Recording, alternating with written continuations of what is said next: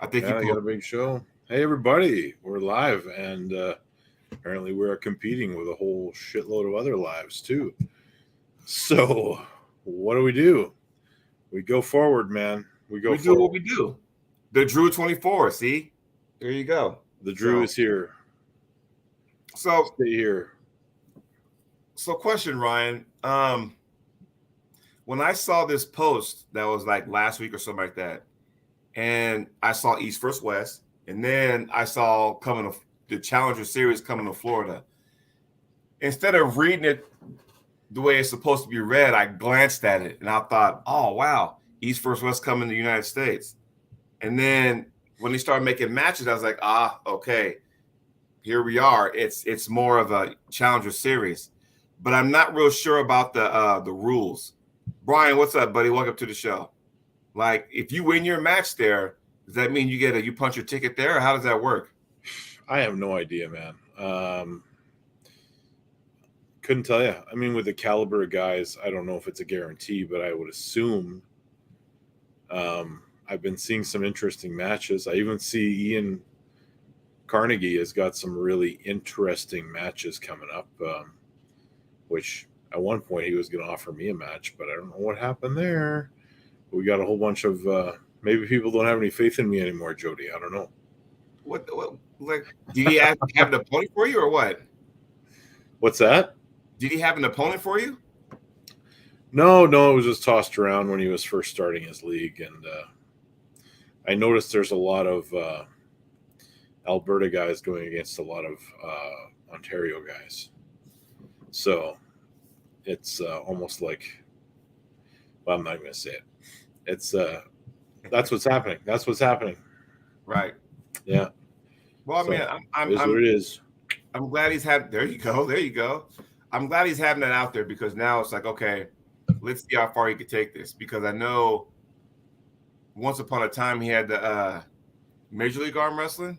I think that was early 2010s, and that kind of disappeared for a while. So he's kind of come back, but only his own version. But now with the new improved table, and I'm kind of interested to see how this goes. Well, there's that. There's Magda's new promotion, Global Elite, I think it's called. They're lining up matches. So did she just ditch the other one then, or what? Well, she hasn't been called PAL for a long time, so I'm not sure what's going on. Huh. So that's her new promotion. She's doing stuff with that. We've got Grippler's thing going on. We've got the East versus West series. We've got the High Five putting together their card. We've got Arm Gods coming up this weekend. Don't forget, you got Winter Blasters this weekend. You got Flash Pin Productions down there in Texas doing good stuff, and the Montana Armbender thing, and that's doing good. So, like I told Paul on my show on Friday, things in the sport of arm wrestling are looking up. And because we got more interest in our sport, you got to have more, because now, and like I said, I've said this on the show Friday, but I want your thoughts on it, because once upon a time, when these big events came up, it was just about the elites, and then it got to a point where if you want the audience to know who these characters are, and granted, I understand, some big names carry big, they carry big stuff, big viewers, but there's more to arm wrestling than just those guys. You know what I mean? Now, and then there's the debate about what makes a big name. Is it the following, or is it the accomplishments? Both. Because that's a hot debate right now, again and always. Well, let's talk about that. At this point, I think it's both, because sometimes, and I guess you could say what am I known for? My arm wrestling or my social media following? I mean, that's the good question, because of the shows I do with the Can-Am Connection, Arm Talk, and, constantly posting videos on there, people seeing that, whether it be YouTube or Instagram or whatever. Yeah, and maybe that might have been why, hey, I got my foot in the door with some of those promotions, Yeah, you're probably right. It helps. Mm-hmm. There are the extremes, though. I mean, you take the guys that are, really, really good, but with no social media following, and they don't get many opportunities. And then on the flip side of that, you get the guys that are really strong social media following, but the ability is questionable at best. I'll use the Arm Wrestling Whisperer, for example. Does not appear to have any significant arm wrestling abilities. I thought he was dealt a bad hand to begin with. I'm like, you're going to get somebody who outweighs you by 20 some odd pounds to begin with, and just had a better IQ to him. I mean, I'm just being honest. It would Better be everything. it would be nice to see him against somebody who was Would it around his though? weight. Like you would have to. I'm not sure he can beat, the lower tier guys in my club.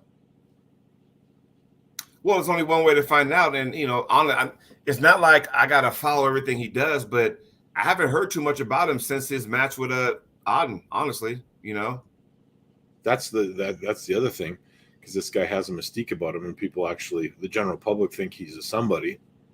Yeah. What happens when he's exposed? Well, that's how you know what kind of person you are. Because, and I'll give you another example. Hey, look who it is. Tom Stubblebine. We'll bring it up there. Tom Stubblebine. What about Tom? Well, I mean, we were talking about the mystique of pullers, where you put yourself out there, then all of a sudden, you build yourself up to a match, and then You the match vanish. doesn't go your way, then you just disappear to the point where he doesn't even show up on the show Arm Wrestling Buzz anymore. He was one of the co-hosts. I saw him post a couple Devin Levon videos lately. Right. But he's been quiet. I understand sometimes he goes into a cave to focus on training to get ready for an event, but he just disappeared. I mean, he pulled the Fort Worth event last year. Mm-hmm. Anthony Lowe won it. He pulled Anthony? Yeah, it wasn't. Did Anthony have anything to worry about? I didn't think so. No. But Anthony's different, man. Right now he's even more different because he's sitting about 260. Yeah. And Who, Anthony Lowe is? Yeah, he's preparing for that Air super heavyweight thing. That's what his main focus is right now, and he refuses to go down in weight until after he competes in it. And he's staying heavy, and he is stronger than I have ever felt him. And I've been training with Anthony almost 3 years. So Right. He's different. His hand is his ability to contain center and pronate through you and contain you with pronation and back pressure it's really, I mean, he's gave Mega Mike problems. Mm-hmm. Brandon Elsesser, when Ryan came out and pulled Corey West, he gave I think he had pins on Elsesser. Right. So I mean, he's no joke. Trust me, I've pulled Anthony before, not this version, but and his left is even better now because he had his elbow. He had surgery on his left arm. And his left now is night and day. Like before, he couldn't even hammer curl 20 pounds. Right. After surgery, he grabbed a 60 and was like, okay. Hey, we're back. We're back. Oh, great. This is terrible. Yeah. So just to get you caught up on what Ryan and I were talking about, and I guess you could probably make this the soapbox, but, Ryan was explaining to everybody the hottest topic is, Devin what makes Levon. a good puller? Your accomplishments or your following, I think okay. So in my opinion, you can have a big ass following. Sorry, I guess we're not 15 minutes in yet. My apologies. You can have a massive following. We already broke that. But if you can't back it up, does it mean anything? In real reality, if I got 1 million followers, but I'm terrible and I lose every match I ever pull, does it do me any good? People are eventually going to get sick of it. Right. It's inevitable. Or you lose one in dominant fashion. Yeah. So we brought up Arm Wrestling Whisperer. Like, that was a close match. No, we said it wasn't going to be a close match. Yeah. You got a 154-pound guy is what he competes. He should really be a 143 guy. Let's be honest. If he was to pull WAF Worlds, he would be a 143 guy. Pulling a kid that's 210 pounds, like what? That's a really funny thought, because does he even know how to get to WAF Worlds? I would imagine all the money he's making from his social media, he might. Like, for him to go to a Worlds, any Worlds, I think that would be like a big deal for him to. I think handed to him at those events. I mean, even Auden, he needs to go to a Worlds and prove himself. Like, that's just my opinion. Like you can be this devil's advocate. Why does he need to do that? Because Devin never really did that. No, but Devin on a world level, I mean, he had some incredible wins, and Devin was nationally very good before he went to WAL. Like when he beat Pushkar, Devin wasn't. I mean, Devin was, nationally known, and he'd been to Worlds before. He just didn't perform great. Only twice. Yeah, and did not do well. No, and then then when he cracked Pushkar, it was, or he beat John first, and then he beat Pushkar. Yeah. So I mean that blew him up. But he took a different path. It wasn't super matches. It was still tournaments. Yes. But he got really big wins over significant guys. The reason I say for these guys like me, I will be going to Worlds. And if I can't perform well at Worlds, what's the point of me pulling us? I mean, there really isn't a point of me pulling super matches against people, in my opinion. Like, you need to go out and cut your teeth and earn your stripes. A lot of these guys like John, like Gary Goodrich, Cleve Dean, all those guys. I mean, everybody cut their teeth in tournament arm wrestling before super match arm wrestling, right? Like, it was all about who Travis. Every weekend there was a tournament, and the best guys in the United States were showing up. You had guys from Europe showing up, and that's how you measured yourself. Right. Now it's like everybody just forgets about tournament arm wrestling and goes, "Oh, I'm just going to pull a suit. I'm going to become a super match arm wrestler." Well, if you don't win, what's it matter? Well, I'll tell you what. By me going to, it taught me something. By me going to Colorado and being a part of that first ever Aries, what it taught me was that from a tournament standpoint, I'm rusty because I was so slack on the table. I go back and look at my 4 matches that I, pulled in. And I was like, you know what? Like, there were so many flaws, and I elbow fouled so many times, and that never used to happen to me. That also brings up the loose reffing thing, right? Like, Alan Fisher is the best example of this I can use. Alan Fisher was used to pulling under very loose North American rules. Alan Fisher goes to WAF Worlds and files out every single match, because he's used to very loose, oh, hey, my elbow pops. It's no big deal. Yeah, well, at Worlds, that's not the case. Right. Well, it used to be a separation like that between Canada and the United States, where the refereeing was always really strict in Canada.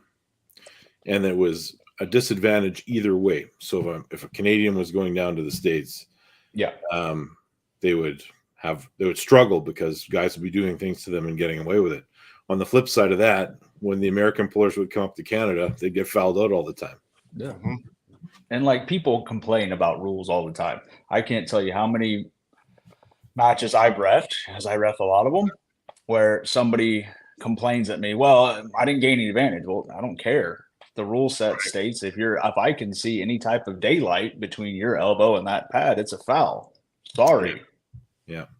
I said this prior to the event. So what do you want? Well, or the one that I hate the most, and Ryan, I know you pulled in places where they do this, is the buckle dictating the tightness. Everybody has this in their head that damn buckle dictates the tightness. It bugs me. I think that was the East versus West thing. Well, Arm Wars, WAL, like, and you got to be on the ball, because if the referee is not, like, if the guy with the buckle says make it tighter, the ref will just grab it and pull it. Mm-hmm. And if you're not on the ball on the other side and say, no, I don't want that, When I reffed yours and Robbie's match, what was the first question I asked you both after I tightened that strap down? Do you want it tighter? Yeah. I look at you. Yes. I look at Robbie. Robbie says, yes, I've tightened that strap. Yeah. If one of you said no, I wasn't touching that strap. Yeah, that's right. And that's a rule that is in place and isn't really changed, but Forever. people interpret it as being different somehow. If I'm going to an event and I get to dictate the strap tightness based on the buckle, give me the buckle side, because now that's an advantage for me. Yeah. Like, that is not a disadvantage. I want it now. Right. So Brian Gabriel asks if I was at the hey Jody. Brian Gabriel asks if I was at the tournament in Manitoba this weekend. Brian, I was not. I was invited, didn't go. I was doing some other things, couldn't make it. I think it was basically a Manitoba tournament, and that was an East versus West qualifier. I don't think there was anyone from outside of the province of Manitoba that attended that event. Grab a water. Really? Yeah. Huh. I could be wrong, but I don't believe there was. And there was a lot of tournaments across wherever, like they were all over the place. But yeah, there's a lot of stuff going on in Canada too. So it's Here too. Here too. So many leagues forming, so many people trying to hold events, all kinds of stuff. It's just it's not a bad thing, but it depends, because what we've seen, the only way it's bad is if one event hurts another event. Yep. And that's happening. Agreed. I mean, you have Tim Talmadge, I love Tim to death. He asked me to come out to Arizona State, but I'm going to go. Same day, you have Michigan State, June 1st.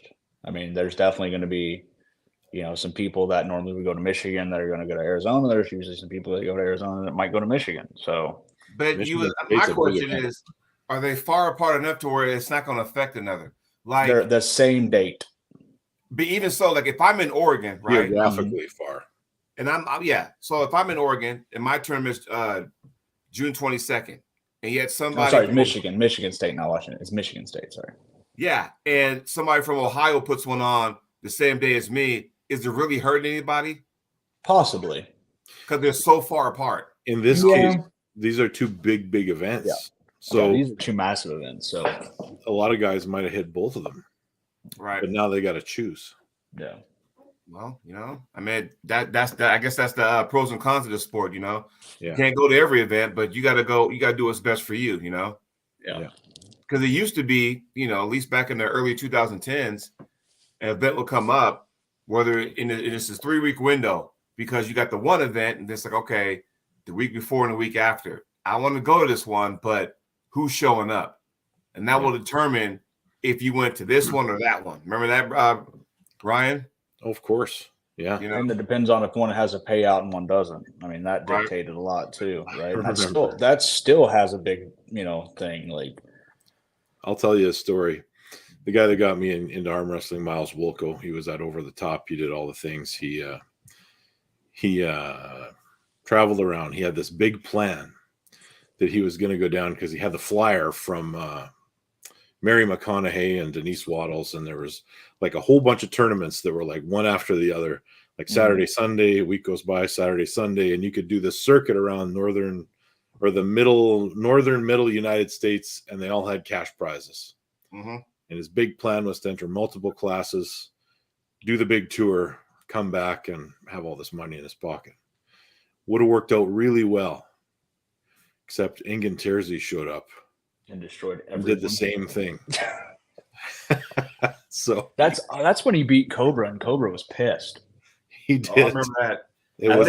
I think that is a process on Arm TV with Gary Roberts. Yep. So he was going to go down there and he was going to he was going to make all this money, and came back with a whole bunch of second place prizes. Well, let me ask you guys this though. Do you think sometimes if a certain person shows up, then that might say, well, he's showing up. I'm not going to win, therefore I'm not going to go. Where that's just a weird way of thinking now.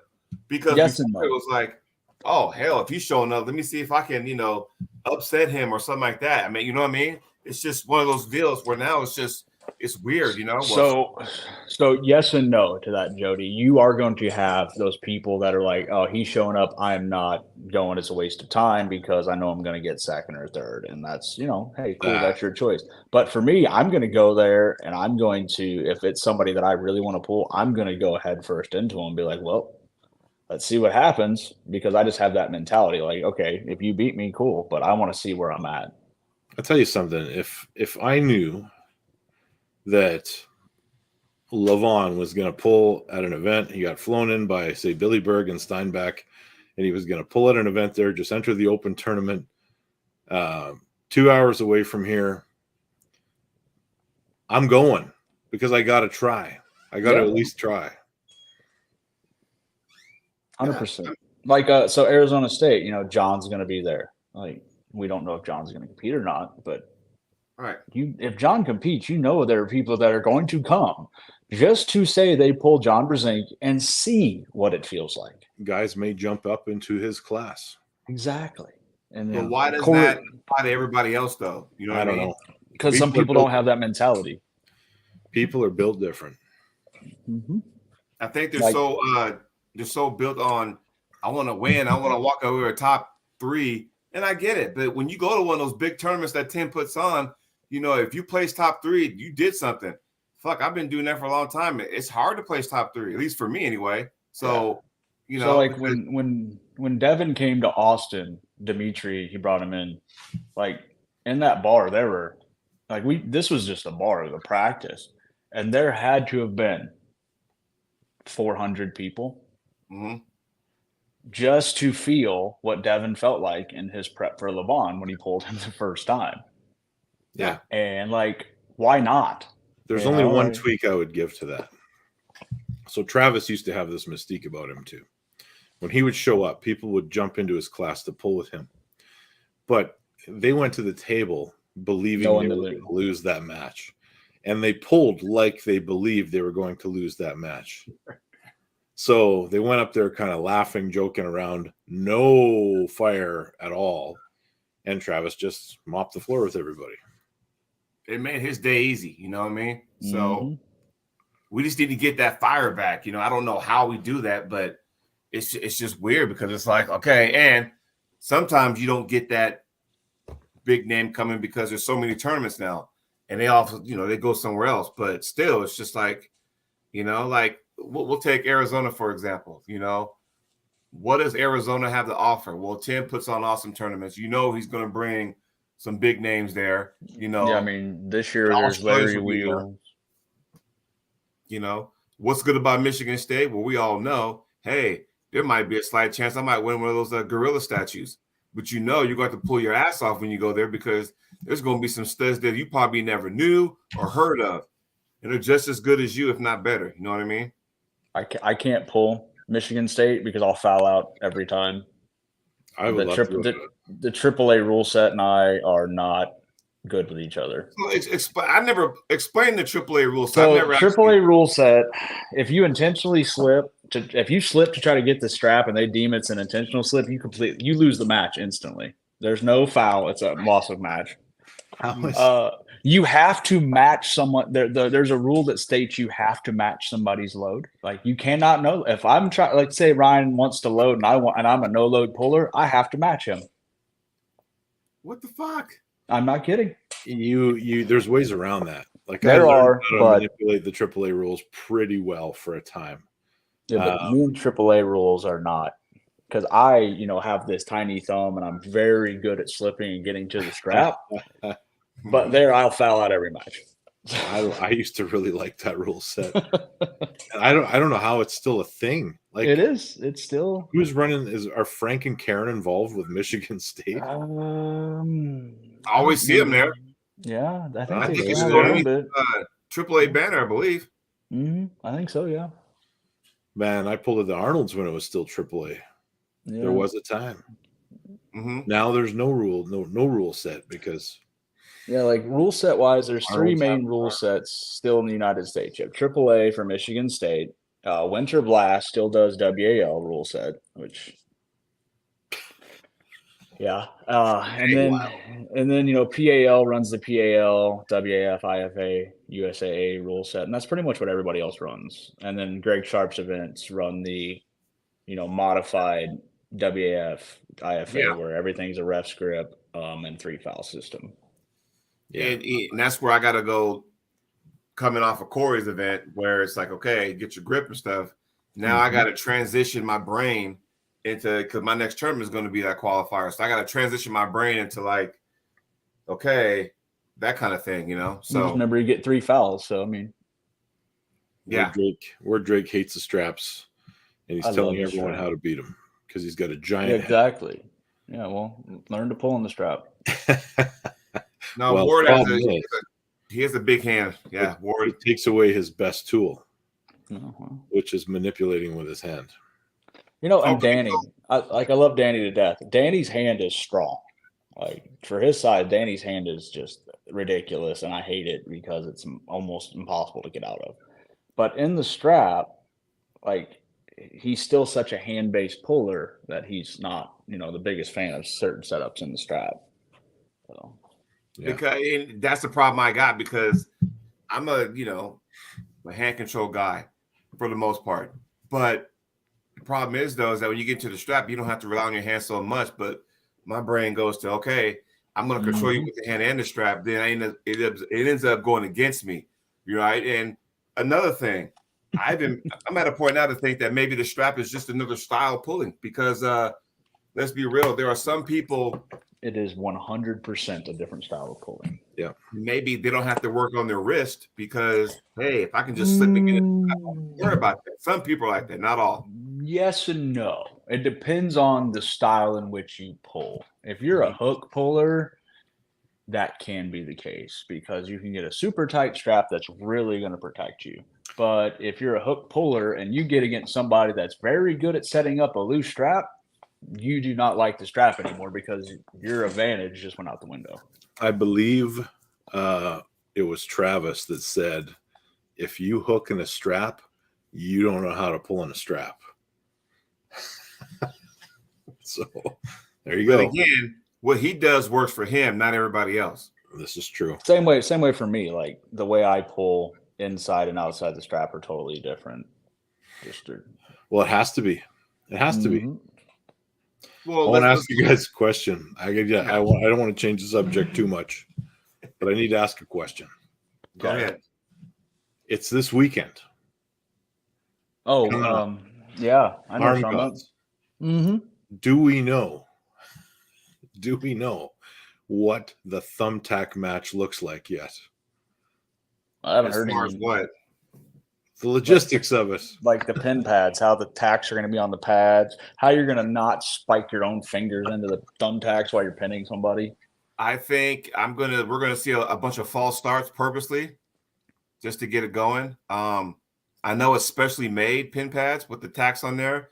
I don't know what it looks like, but I would imagine the press conference Friday is going to be. Did John request that Evan get tested before this to make sure he doesn't have any diseases?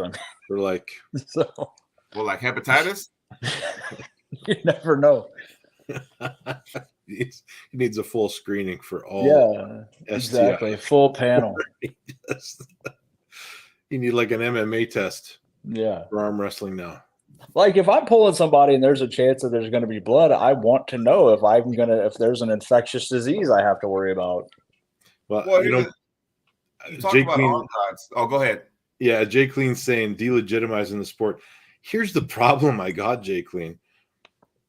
That match is a sideshow, but the rest of the matches on that card are phenomenal matches. Yes. Yeah. Do we not talk about Ryan Bowen versus Ron Bath? Man, there you go.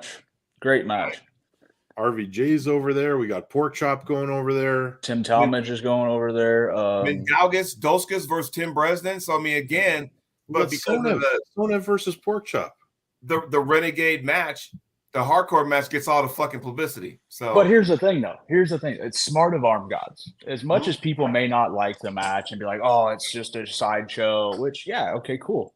But here's the thing, though. If it buys pay-per-views, it gets all those eyes on those other matches. So it's a win regardless. People can say, "Oh, we hate it." The Paul Maiden Beer Man match, what was it, last year now? Year before last, whatever. How many people already ordered it and they watched the face-off the night before and Evan smacked him upside the head with a fucking beer can? How many more people bought the pay-per-view based on that?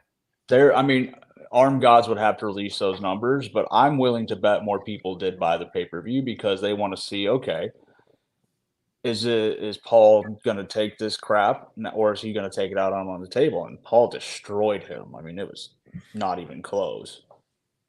Yeah. So I definitely think more people bought it because of it. I'm willing to bet that. I mean, it's the same way like, okay, you could use the Devin Laird example too. Like, what are the numbers from? You can use the Conor McGregor example too. Like, Conor McGregor has the 5 biggest pay-per-view draws of all time for the UFC. I'm willing to bet that all East versus West pay-per-views and all King of the Table pay-per-views have more buys because of Devin, and the number falls off pretty drastically every other time. So it's the same. I hate to be like it's the same using a thumbtack match, but there's similarities there. There's definitely nuances of the same thing. They're using it to draw more eyes in, get more pay-per-view buys. So you can't really knock them for what they're trying to do. Oh yeah, there's certain people that move the needle. Yeah, exactly. And if it moves the needle and gets eyes on some amazing matches like Mendigus Dulskis versus Tim Bresnan, that has a potential to be a screamer. Yeah. RVJ, that match has a good chance to be a screamer. Tim Talmadge match has a good chance to be a screamer. Plum and Dimitrov is an absolute beast. I mean, that dude is amazing. Tom Holland match. I mean, that match right there. Yeah, look at that. Yeah, we got it going. Pork Chop and Jordan Sonev. I mean, Jordan Sonev's a freak. Bogdan Stoichkov and BLM. Yeah, against Bogdan Stoichkov. BLM, that's a crazy match. And Bogdan's outweighed by like 15 kilos or Bradford. something. Yeah. And then that's for the I believe that's for the Commonwealth belt. And then it is for the belt. Yep. Dalgas and Breslin's for the heavyweight belts. I mean, there's title matches, you know. Yeah. I mean, it's a good Sanders is on there. Card. Sanders, great puller. Metowangi Hedamura's great. I mean, right there. That's right there. I'm sorry, Popescu has 0 chance against Plum and Dimitrov. Yeah, absolute 0. Unless he's, I don't know. Unless I don't even think it matters if he outweighs him. Do you think Bath and Bowen is a good match? I actually do. It's interesting. It'll really get people talking about Bowen. It is. I mean, people fail to remember. I think people fail to remember when Bowen was smaller, he has wins over great guys. I mean, why can I not think of his name at the moment? Oh my God, out of Louisiana. Tullier? Yeah, no, not Tullier. Oh, Mosier? Yeah, I mean, he beat Dan Mosier. Like, that's not an easy task at all. Yeah. There's not many people in the United States at the same weight class that can say, hey, I beat Dan Mosier. Yeah. He did. That's that match. Yeah, that has a chance to be just absolutely mental. I'm telling you right now, when last year's East versus West finals in Virginia, the finals came down to Matt Mask and Jerome Loud. And even though I think when you got to the finals of that weight class, I think it was like 2 out of 3. It was. And I've never seen Matt win a match 2-0, but he had a sweat to do it. Yeah, and Jerome had a much harder road to the finals than Matt did too. Like Jerome got in that screamer with BLM. Mm-hmm. So that took a lot out of Jerome. Did you see what he just did to Chad Shaw? Just his hand's nuts. Rob's gonna have a hell of a time with Jerome. Yeah. I mean, Rob's got a ton of matches. How about the Matt Mask match? Well, let's get to that. I don't know what to think about this one. I have no clue. I think they're giving Auden another win. Yeah. Do you That's think exactly they're what giving I them? Yeah, this one right here. Here's another one. I don't think this is a close match. You don't think I so? don't. Nope. After watching Kyle in his first trip to East versus West against Brad Grundy, I don't think it's close at all. Well, He's, that's the thing. Kyle's very new. Like Kyle is very new in the sport. Like he's very strong, but very new. So I don't think it's a close match. I think Derek's 80. Here's the thing, and tell me if you guys agree, and everybody in the chat agrees, because you said Kyle when he went against Grundy, and Grundy kind of smashed him, right? Mm-hmm. Now Grundy's on this skyrocket ship. You know, he'll sit there and he'll do that. Then he'll go and beat Pablo. And it's like going, okay, but then I give dollars to donuts, he won't beat Jerome. It's just weird how all this kind of A can beat B, B can beat C, Yeah, but it's C a can style. beat A. It's stylistic. Yeah, I mean That's what makes because it weird. Hutchinson is a inside puller, Grundy can top roll. So I mean that kind of set Hutchinson up for failure. That's the match that I think a lot of people don't realize how good Wilton Brock actually is. Wilton Brock is is a insane. crazy left-handed arm wrestler. Insane left-handed arm wrestler. And I don't know if Matt's done anything significant. Well, what's he done significant with his left arm? He beat oh my god, we were just talking about him. Grundy? Yeah, he beat Grundy, but I don't think Grundy's left his left isn't near the level of his right. But, that happened at Arm Wars, actually. Yeah. I honestly, I'm telling you, I think it's a because Matt's right and left are totally different too, and he pulls similar left and right-handed, but he's not as explosive left-handed. But Wilton's going to hook Matt, and it's going to be, if he hooks Matt, it's going to be a bad day for Matt because Wilton is strong. I've seen him and Breda go to absolute. I mean, Mississippi State not last year, but the year before, Breda pulled up just to pull Wilton Brock, and they had some absolute death matches. And Wilton has just started his comeback here, so Yep. Wilton is strong. Well, I mean, they got Matt on the card, but I think they gave him a very tough day. They give him someone that's probably going to beat him. Yeah, I give Wilton the advantage in that match.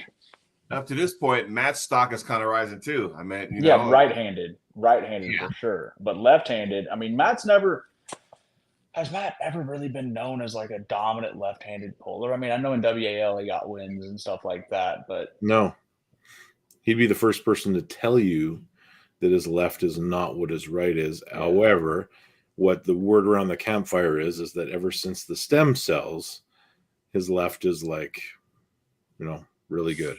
Was that match when he pulled Frank? Was that left or right?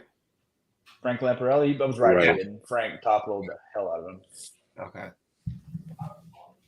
Like bad. Yeah. I honestly think that if you look at that match, the Frank Lamparelli and Matt Mask match, you're going to see some similarities in that match to the Michael Todd match, except Michael is better in a dead wrist position. Right. Yeah. I like the Wilton's back. He's probably going to get over. Yeah.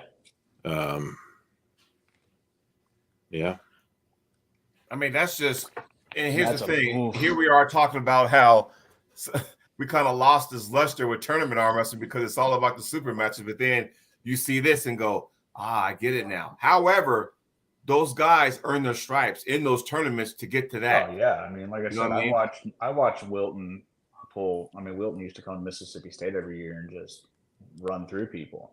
Mm-hmm. I mean, and Wilton's a bad dude. I mean, a lot of people don't know who Wilton Brock is, but I promise you, they watch that match, they're going to know who Wilton Brock is.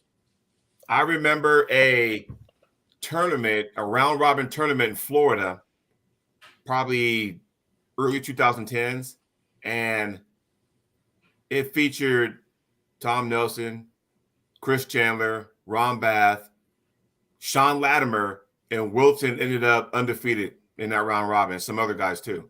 I'm not surprised. Nope. I took a loss to Wilton at WAL once upon a time back in like the first big tournament. Yeah, it's, I Yeah. mean, it's Wilton, he's a bad dude, man. it's good to see the guys we saw back in the early, And there's a weight cap. Yeah. Don't lose that. Yeah, it's There's a 105. 105 kilogram weight cap.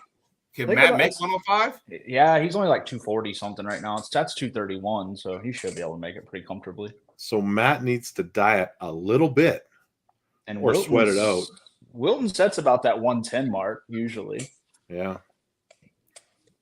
And he sets, I mean, you'll know this, Ryan. He sets up very contorted with his body too. Wilton does. He gets all twisted in there, and he's just like a coil spring ready to explode, and he just hits. Yeah. And he's good at stopping a hit. Very. And he's got a great hand.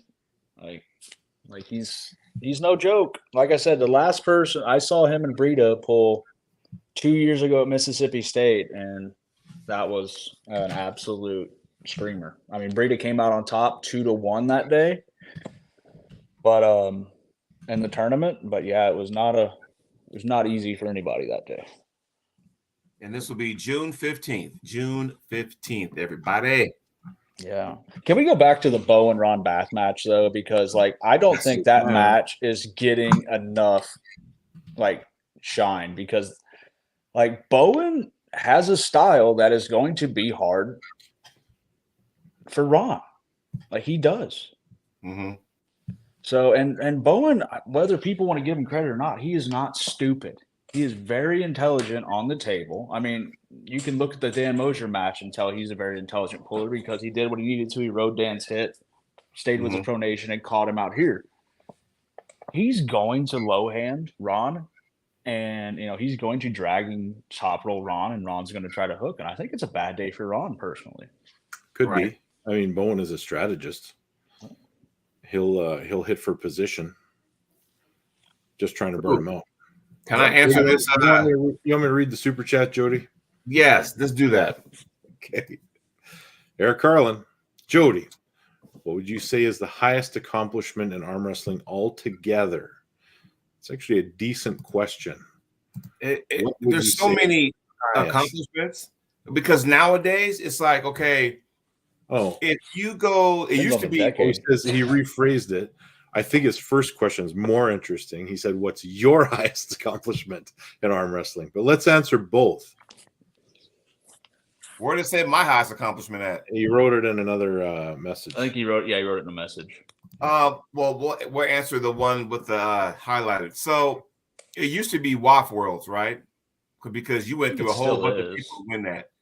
I still think it is. I think it is. I mean. Once upon a time, I would say maybe Nemiroff, the Zloty was one of the highest things.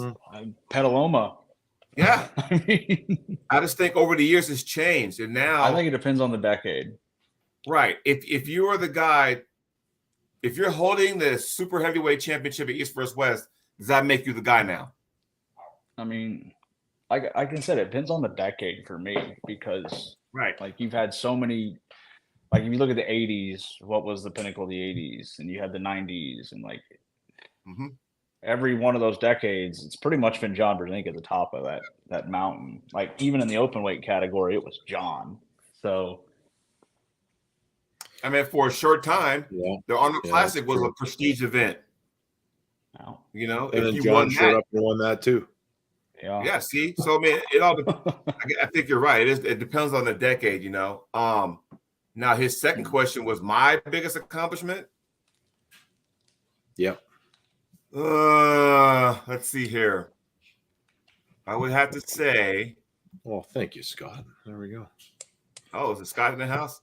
Yeah, I was going to say, you did it twice, didn't you, Ryan? 3 times, but only once was a Masters. Yep. Yeah, I would say probably going to IFA Worlds and taking second in the Masters, which some people probably frown on that, which it is what it is. I get it. Not if you're a master, you're a master. That's the way it is. Yeah, exactly. Right. I took second. Lost to a guy from Brazil.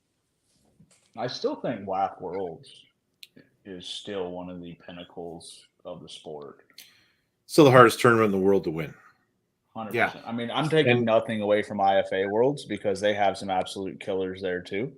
Mm-hmm. But like when it comes down to it, like WAF has been in the past, and I think it still is the ultimate test of a tournament because you're going to have hundreds of people. If you take the bulk of the life of this sport as we know it, it's been WAF is the toughest tournament consistently because there are only brief periods of time where you can say there was a harder tournament. The Nemiroff occasionally was tougher than WAF. Yeah. But overall, WAF was always extremely difficult year over year. Yeah. I mean, you'll have, 40 to 50 people sometimes in a weight class? It's wild. Like, it's a week of arm wrestling. Yeah. And you got to make weight sometimes twice. So there were times, certain events, if you took first place, you were somebody. Oh, if you won Petaluma, like that was like, oh my God, you were the man. Arnold, Mike Gould. I mean, you name it. If you took first in one of those events when it was at its peak, then you were doing something. That's the top. I mean, that was a big one. Right. You were doing something, you know. Honestly, I hope if WL ever came back, we've been talking about that for I don't know fucking how many years now. For them to come back and be potent, they need to go the tournament route. They have to be tournament route. Because if you try to go super mesh route, it's not gonna, you know, it's not cost effective. Right. You have to go tournament route. I think WAL kind of shot themselves in the foot too a little bit with trying to force people into contracts when they pull tournaments. Like if you're going to pull my tournament, you have to be under contract. The only benefits the person because, you know, let's just say does it? I have a contract sitting right here. It expired, but I had it sitting right here. The thing is though, is that if you're just focused on WAL and nothing else, then fine, that benefits you. But all of a sudden, somebody dangles that carrot. It's like, hey, Jody, we'd love to have you. You get to pull this person. You're like going, damn, I want to. But then, if I break my contract, then there you go. You know what I mean? That's what I'm saying. I think it's going to, if WAL does come back, I think the rule set has to change. I hate it. B, I think trying to lock people into contracts that are going to pull tournaments, I think is going to have to go away because that's going to deter a lot of people that do like to travel around the country and pull tournaments for money. The only time that works is if you are the top organization. I mean, because you look at Texas State, right? Texas State offers $500 per arm per weight class. Yeah. So, I mean, it's like 10 grand that you can pay out. You're a 76 guy. You show up and clean house from 76 to supers. You're walking out there with 76, 98, 20, 42 supers. That's a good weekend. That's $5 grand. You buying everybody around the beer that night. Like, it's not a bad day. No, I agree. But even like the one-off tournaments, like the Olympia tournament, you know, in Orlando, you know, where it's like, oh, okay. I mean, we've seen Dave Chafee walk through everybody. We've seen Cody Merritt walk through everybody. But this goes back to our argument. In the tournament format, those guys are walking through everybody.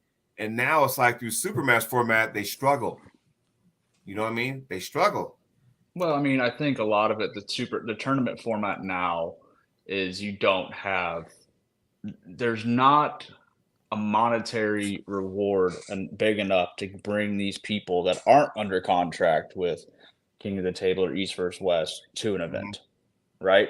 I think if you put on an event and you're paying out $3-4 grand, people are going to show up. As simple as that, right? Yeah. And then you're going to get those events where, you may have a Cody Merritt show up and he may have a tough day and not win his class because somebody there ties him up and wears him out a little bit. Like Corey West did in the finals. Yeah, I mean, you know? Let's talk about Cody Merritt for a sec. A match was announced. Did you guys see it? No, I did not. So Magda's the global elite arm wrestling that Magda is in charge of. Okay. Their Elite One Arm Wrestling Championship has their first super match booked. Left-handed between Cody Merritt and Pavlo. Oof. Wow. I think Cody's a favorite. I mean, I just don't think I don't know if Pablo can stop his hit, to be fair. Cody's hit's pretty nasty. And I think they're going to get tired at about the same rate. Yeah. I think Pablo may get a little more tired because I think, it goes down to like, so when people say, oh, this person has like superhuman endurance. Yeah, they have superhuman endurance when they're in their spot and they can hold you. I think Cody's going to have the better endurance because I think he can hit to his spot, take Pablo on the B side, make Pablo be defensive and wear out faster. When is that match? When is it? Oof, good question. Let's have a look here. It's like, like I said, with Devin, like everybody talks about Devin has the best endurance in arm wrestling, or, Gennady does. Yeah, they do when they're in their spot. But if you look at Devin and Gennady, what happened? Devin went in his spot and he gassed out faster than Gennady because he was in Gennady's spot. September 7th. So, okay. So you got time.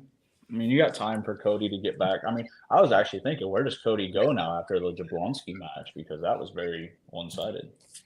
Well, I think Camille's got a hard time finding a match now. He might be against Morzov or somebody like that. Yeah. I mean, put him against Machishenko, and Machishenko will show you how to beat him easy again. So yeah, that's probably why they won't put him against Machishenko. I mean, you can't put So Scott asked, what is Golden Elite? It's Global Elite, and it is Magda's rebranding. Global Elite Arm Wrestling is the rebranded version of, what the hell was it called? It was the AWC, wasn't it? Yeah, Arm AWC. Wrestling Canada or something. Yeah. Yep. Yeah.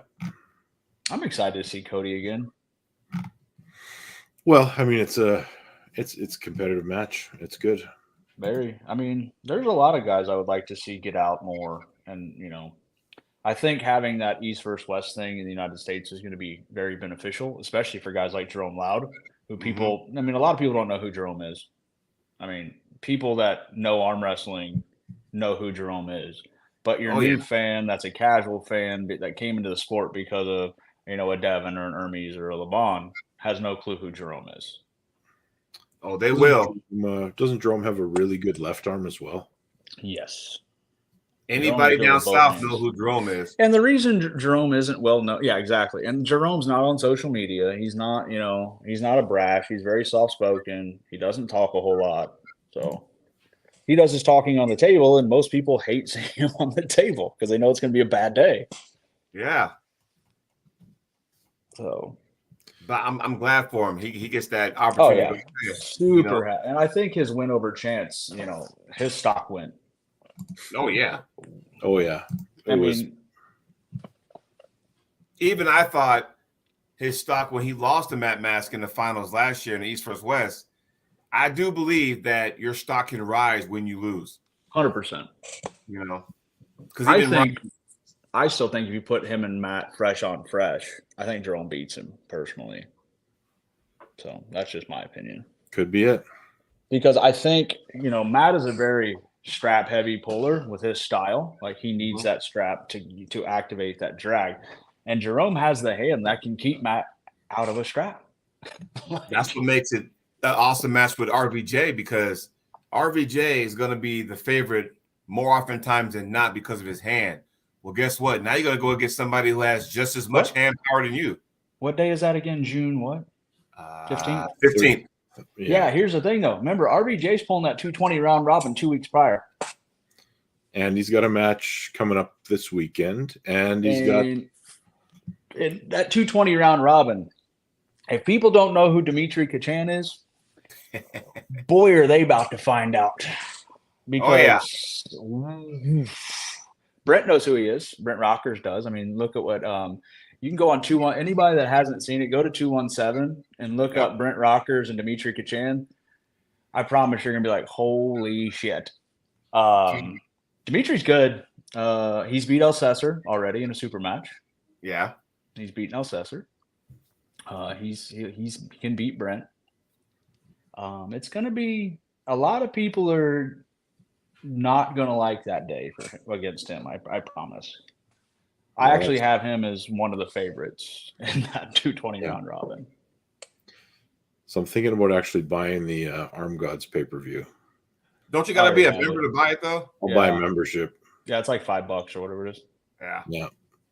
I already have. I bought it so I can watch it.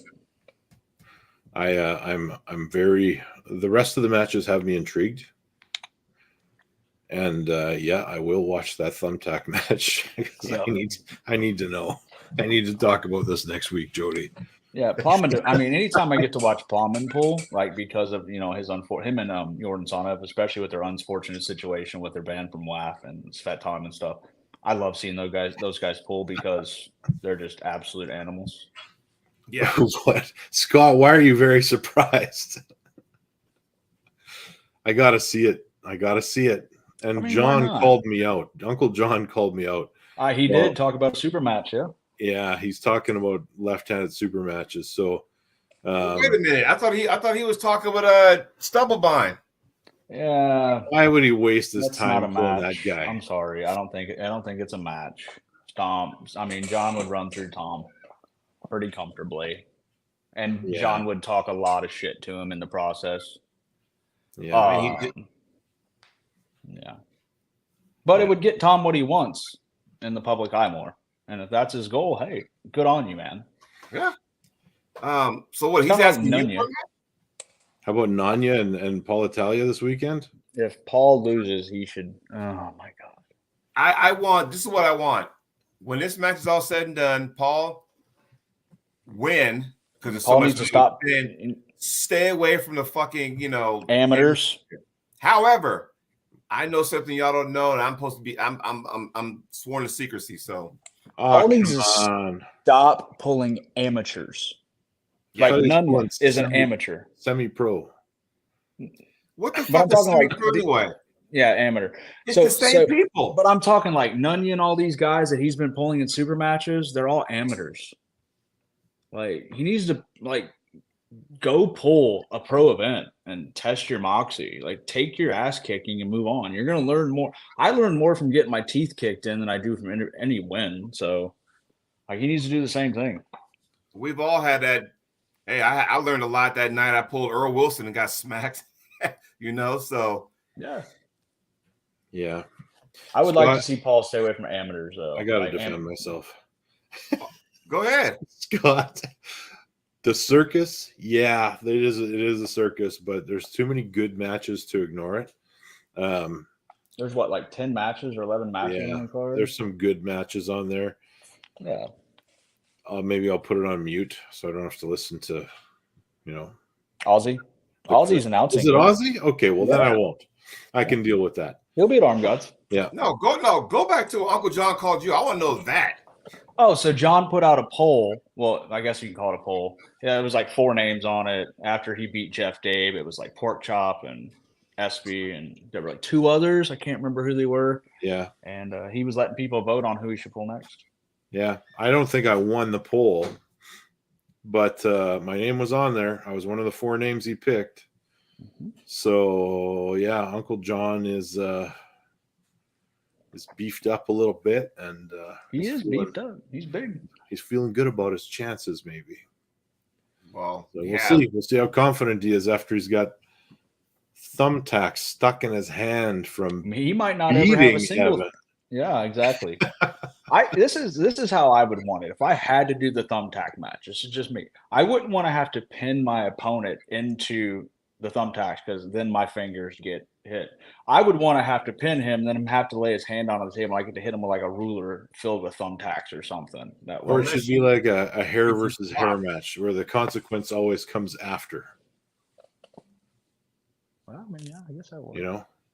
Didn't Burgoyne lose his beard once to Paul Maiden after Paul Maiden beat him like a redheaded stepchild? Yeah.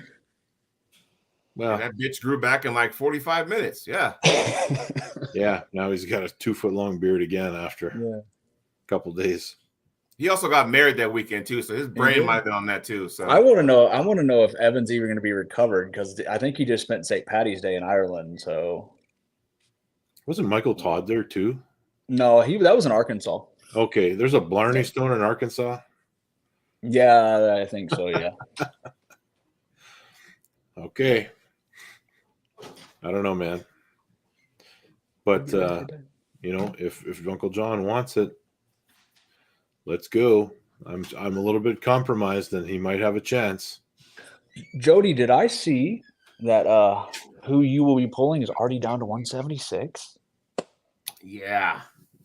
Who's this? So Jamie Shelton. Oh, Jamie Jamie. Sheldon. Jamie's already down to 176. Yeah. You This can't is- you can't lose to a 176 guy. No, but this is more of a you know about the house, right? Yeah, I know about all that. Yep. That it's going to start from that event and it's going to morph into that. So Well, I know, but I mean, he's 176. I know. I can't I mean, lose to one. woo. We got a super chat, Jody. We got to read it. But first, I'm going to say, Jay Clean, no, my left is not injured. My right side's injured, but You can my hold left the is- peg still. That's what the right's Well, for. not yet. I can't yet. In a Soon. couple of weeks, I'll be holding the peg. Hey, check it out, guys. I got my staples out. It's just a big old, I know. big old Big slice. old wound now. Super chat. Mr. Eric Harlan says, what about me versus Ryan Grondin? And if I lose, I retire from arm wrestling. Go for it. Absolutely. Do that. 100%. You're not going to retire. Let's Does be real. Ryan have to retire if he loses, though? Because he won't go for that. If Paul Well, first loses, of all- if Paul loses to Nunya, he has to retire. Really? Here's the thing. Yeah. Do you know why that's not a fair question? Because how many matches does Ryan Grondin have under his belt, first and foremost? Ryan's an amateur, isn't he? He's a super amateur. Like I've only heard 2 matches of him pulling. That was Gary Roberts, and we know that was a circus. And then he pulled Paul Italia, which Paul that was Italia. even a mismatch. No. But for Eric to say that, it's like going, all right, Eric, you also claiming that in one of those Olympia tournaments in December in Orlando, you would have took first. So why are we even entertaining that question? Make it worthwhile. Remember what we talked about, Jody? If somebody wants to pull you, and in this case, Ryan Grondin, I got a They better 154 come pound up guy. with some cash to make it worth that guy. I got a 154 pound friend that I'll put any amount of money on that will beat Ryan Grondin comfortably, and Ryan won't even be in the match. Oh, I mean, yeah, I know those guys too, but Yeah. Eric, you got to pay Ryan Grondin to take the match. Show money. Yeah. I tell you right now, if you brought that up, and I'm sure, they still might be live right now, 98%. But I guarantee you, Friday night, if you go on there and propose that, he's going to be like, all right, whatever. He's not going to take it seriously, I mean, there's a guy in Texas that, well, he's not living in Texas right now, but most people don't know is Michael Hain. He's probably the best 154 in North America when he actually cares. But Hey, Eric, I have a him good against a lot of suggestion. people. How about Eric? You pull Paul Italia. Hey, there you go. Don't pick on people you can beat. That's stupid. Don't do that, man. Why don't you pull Tom Stubblebine? He's looking for a win. There you go. Jody's got a chance to pull him here in a few months. Yeah. Stubblebine? Oh yeah, I'm sure he'll be there. Yeah, he'll come up with all the Austin crew to Fort Worth. Tell him I said Yep. hi. Yeah. I think Robbie's going to be there. I'm pretty sure Robbie will be there. Robbie Anthony will should be. Anthony will be there. I mean, he's taken 2 years in a row now. Robbie's taken second to why can't I think it was Corey West. So I think Robbie's winning it this year. if Corey doesn't show up, yes. I think if Corey shows up, it's a hard match for Robbie just stylistically. I know some things. I'm gonna say that Robbie wins regardless. Really? Yeah. Is it with Corey dropping all that weight? Oh, he's trying to be a model now or something. Oh shit. Shit. How about I have a question. Did you guys watch the PAL event from Vegas? I saw the results. I thought that was go? I will. Ryan, I'm going to send you this after the show. Jody, I'll send it to you too. Jody, I sent your friend request. You still didn't answer it, you jerk. Oh, dude. Yeah, you dick. But so Danny and Alex Toproll had like a 45 second to a minute absolute death match.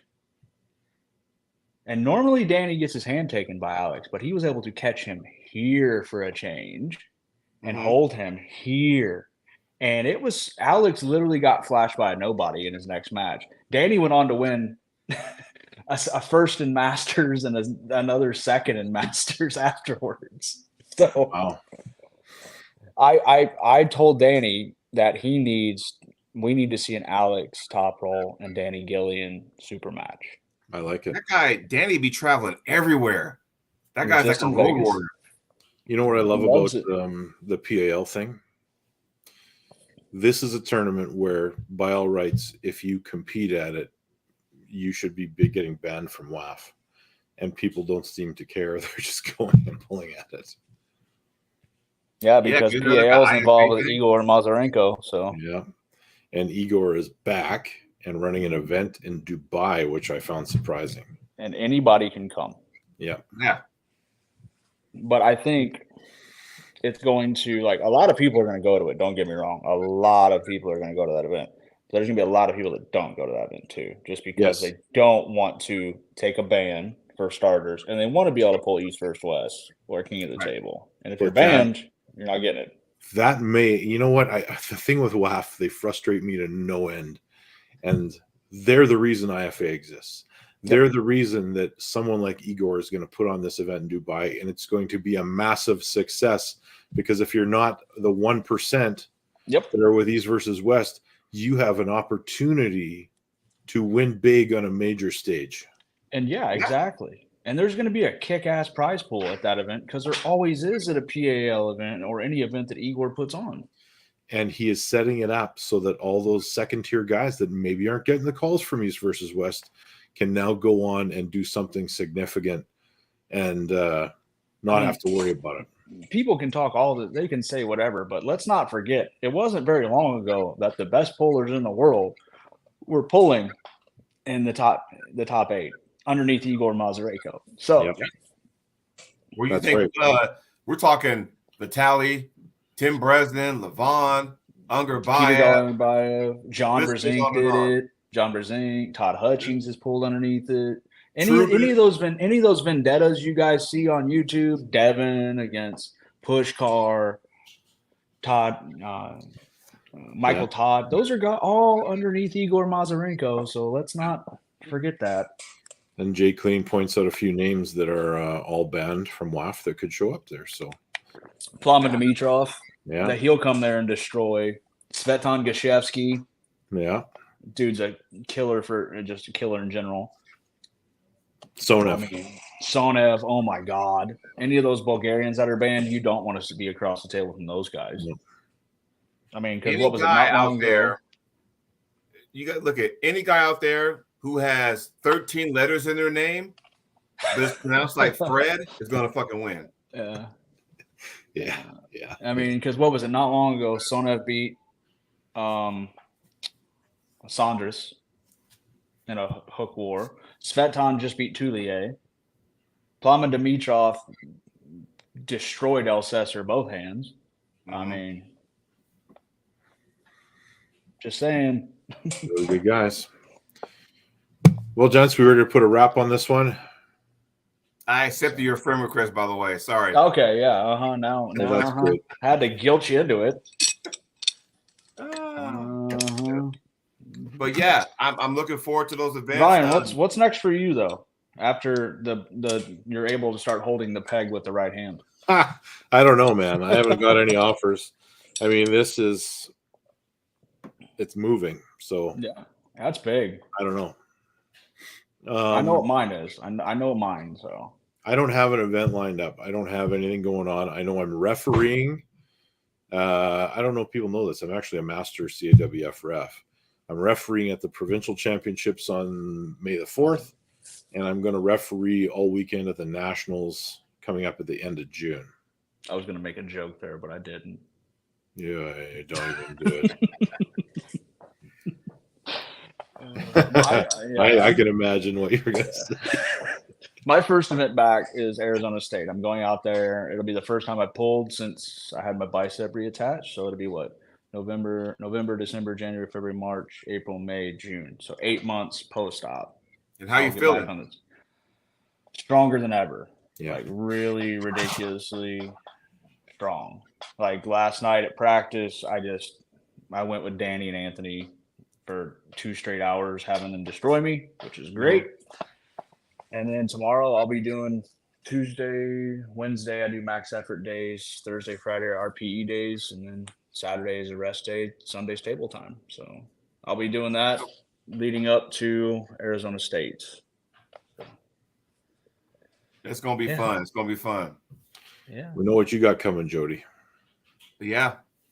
I'll be in the Lone Star State. My schedule's gonna be a little I'll peeled be back. there too. So I may end up pulling that one. I haven't decided yet. Oh, there you go. Still, 239 is a weird weight class. Well, think about they're 176 and below. Yeah. That's true. Well, maybe Uncle John will call me out this weekend, and then maybe that's my next match. I don't know. I'm kind of waiting I'm hoping the high five gives me a shout. Yeah. You never know. What if Uncle John beats Evan, takes the mic, does a promo, calls you out, and then all of a sudden, next thing you know, it's Uncle John and Ryan at one of the later Knuckles Up events this year. And we put light tubes on each side instead of thumbtacks. Oh, yeah, fluorescent light bulbs. Like Japanese death match, Mick Foley, Terry Funk. Yeah. I like it. Yeah, there you go. Yeah. And there's barbed wire wrapped around our hands as the strap. Oof. You know what? I'll can I apply the strap? I volunteer to ref that match for free. They just pay for me to come there, and I'll ref it for free. I just wanted that would sound fun. So who's going to be in your corner, Sabu or Sandman? You want Mick Foley for sure. Yeah, I don't know. Yeah, maybe Al Snow. Oh, he's got to bring head. Yeah. Yeah, there you go. All right, guys. Should we wrap her up? Yeah, I gotta get some dinner to eat before I get ready for work tonight. So, all right, everybody. Thanks for watching. Sorry we missed last week. We'll try to be back next week. Yeah. Hey, we have our crew. Yeah. You know, we went toe to toe with other people who are going live. We still have our crew, so we're good. We're good. Yeah, we're good. Awesome. Take care, you guys. Later, guys. See you, everybody.